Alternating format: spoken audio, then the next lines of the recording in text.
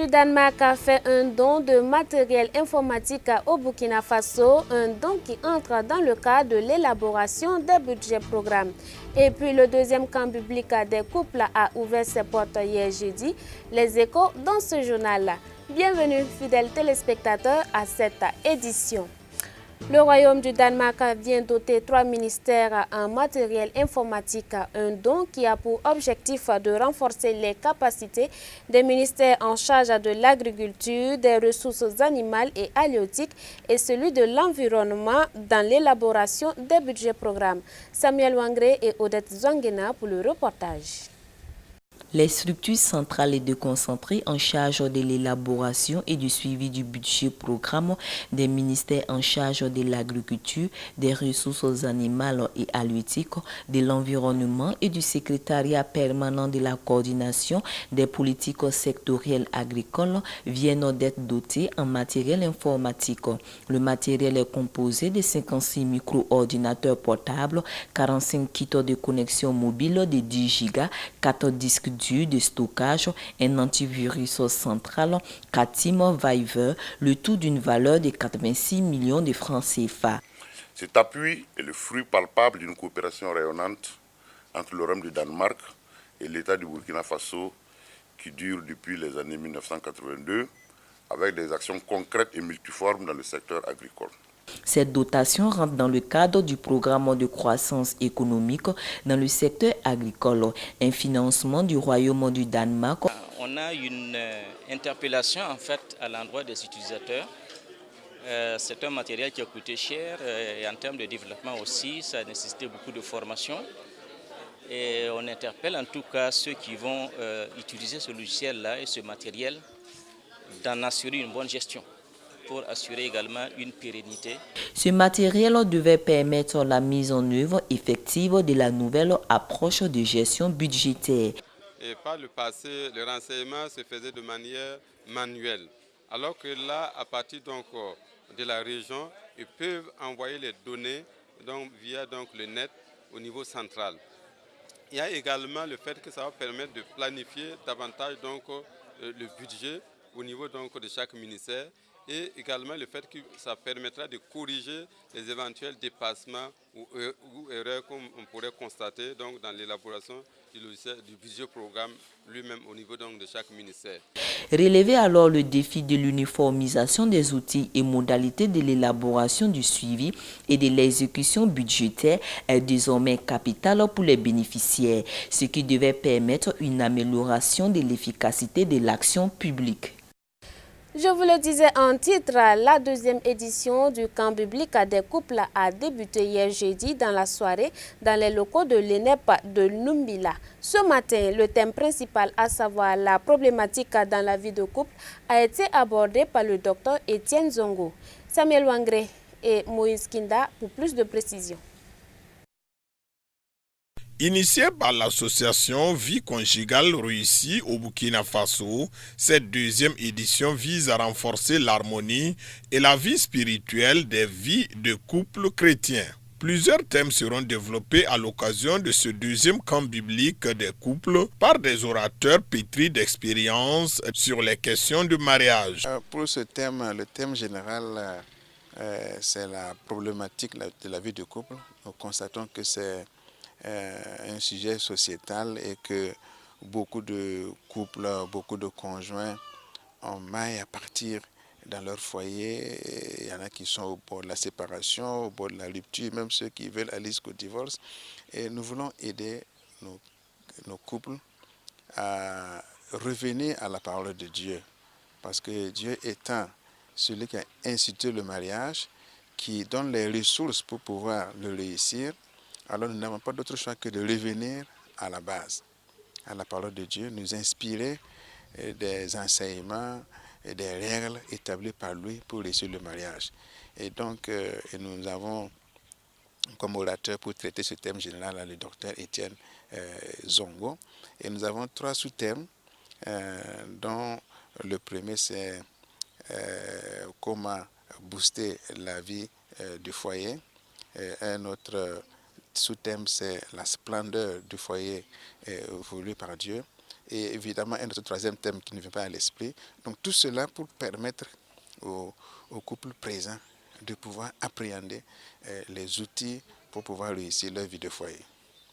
C'est le docteur Étienne Zongo, président de la faculté de théologie de l'Église des Assemblées de Dieu de Burkina Faso, qui a commencé à énumérer certains problèmes que vivent des couples chrétiens. Les problèmes, j'ai situé ça en 3 ou 4 étapes pour présenter les problèmes qui sont au niveau du manque de spiritualité, les problèmes que nous pouvons voir dans la mauvaise gestion des relations sexuelles, les problèmes que nous pouvons voir dans les couples au niveau de l'éducation des enfants. Si la vision du père et de la mère ne sont pas cohérentes dans l'éducation des enfants, ça peut créer un problème au sein de la famille. Alors nous allons soulever ces problèmes et laisser les autres apporter aussi des solutions meilleures. Moussa Kinda et son épouse participent pour la 2e fois, bien qu'ils totalisent plus de 30 ans de vie de couple. La première édition a eu lieu l'an passé. J'y étais avec ma femme. Bon, les enseignements que j'ai reçus avec les pasteurs différents pasteurs qui ont passé, vraiment m'ont beaucoup donné du courage. Bon, ce que nous, on avait l'habitude de faire ensemble avec ma femme, j'ai senti qu'il y a eu un changement. Et moi, personnellement, bon, dans le foyer, il y a eu beaucoup d'améliorations. Parce que ce qui n'était pas... Bon, ce qu'on ne comprenait pas avant, on a eu vraiment des informations qui nous ont beaucoup éclairés. Le mariage, même si, quel qu'en soit les nombres d'années de mariage,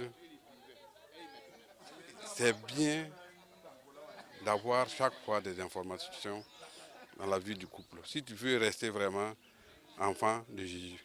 Le camp biblique de couple fait partie des nombreuses activités que mène l'association pour les couples chrétiens. Il faut dire que cette initiative vient des activités que notre association Vie Conjugale Réussie a planifiées depuis l'année dernière.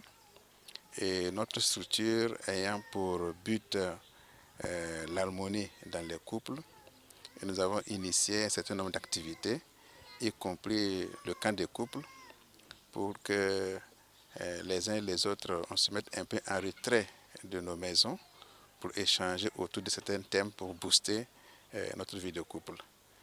Donc c'est ce qui motive cette 2e édition ici à l'INEF de Lombila.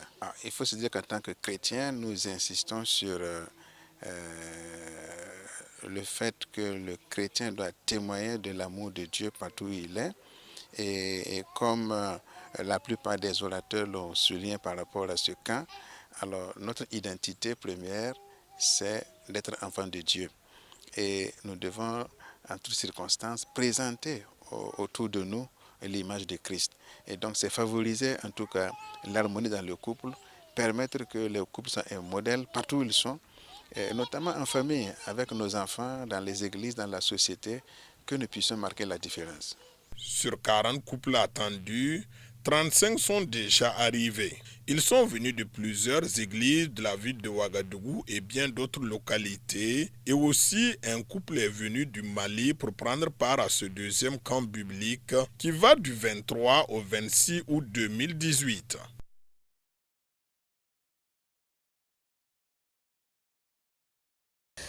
L'actualité hors de chez nous, afin d'éviter les pénalités américaines, Air France et British Airways annoncent l'arrêt de leur vol vers l'Iran d'ici un mois.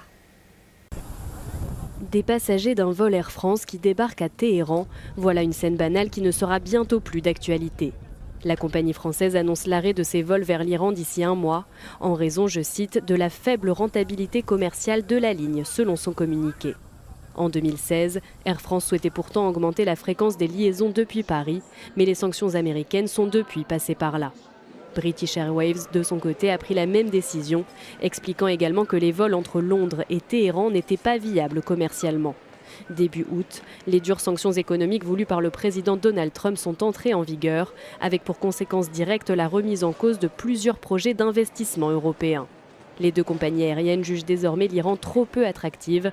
Le dernier vol de Londres vers Téhéran aura lieu le 22 septembre prochain. Catastrophe naturelle, l'île de Hawaï a été frappée par un ouragan nommé Lane. Le phénomène a été moins violent que les prévisions. 50 cm de pluie en quelques heures, 14 routes coupées par les inondations et les coulées de boue. Lane a frappé la grande île de Hawaï. Rétrogradé de catégorie 5 à 4 puis 3, l'ouragan Lane ressemble désormais davantage à une tempête tropicale, mais ses vents ont tout de même atteint 200 km/h. La préparation des autorités et des habitants est exemplaire. Pour l'heure, pas de blessés. Les autorités fédérales de gestion des urgences appellent cependant la prudence. Hawaï n'est pas hors de danger. Ce système va rester avec nous pour les 4 ou 5 prochains jours. Les vents vont balayer l'île, apporter d'immenses vagues et des pluies torrentielles. L'ouragan Lane doit remonter lentement vers le nord de l'archipel d'Hawaï avant de partir à l'ouest dans le Pacifique dans les jours à venir. Hawaï n'en a pas fini mais est prête à toute éventualité. Trump a déclaré l'état d'urgence. La marine américaine est prête à intervenir en cas de besoin. Mais jusqu'ici, tout va bien. Pendant ce temps, en Allemagne, c'est la sécheresse. C'est la canicule la plus importante que connaît le pays depuis 1881 et l'agriculture est sévèrement menacée. Sécheresse, canicule, l'agriculture allemande est en bien mauvais état en cette rentrée 2018. L'été le plus chaud depuis 1881 a fait des ravages et 10 000 exploitations agricoles sont aujourd'hui menacées en Allemagne. La baisse de la production devrait être de 20%, alors le gouvernement allemand a réagi. Cette vague de sécheresse, a déclaré la ministre Julia Klöckner, est un événement climatique d'ampleur nationale qui nécessite à l'échelon fédéral un plan d'indemnisation massif. L'État fédéral va aider à hauteur de 340 millions d'euros et les Länder vont en faire autant.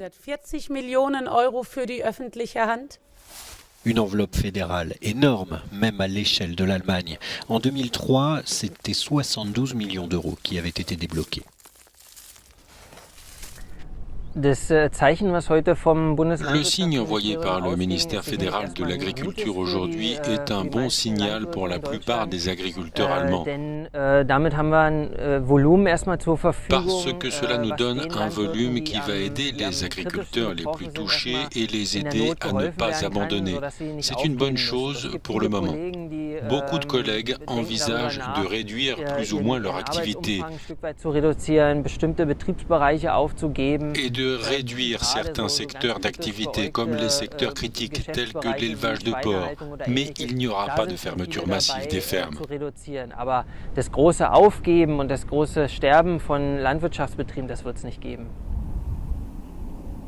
Les mauvaises récoltes de céréales nuisent aux producteurs, bien sûr, mais aussi aux éleveurs qui n'ont pas assez de fourrage pour nourrir leurs bêtes.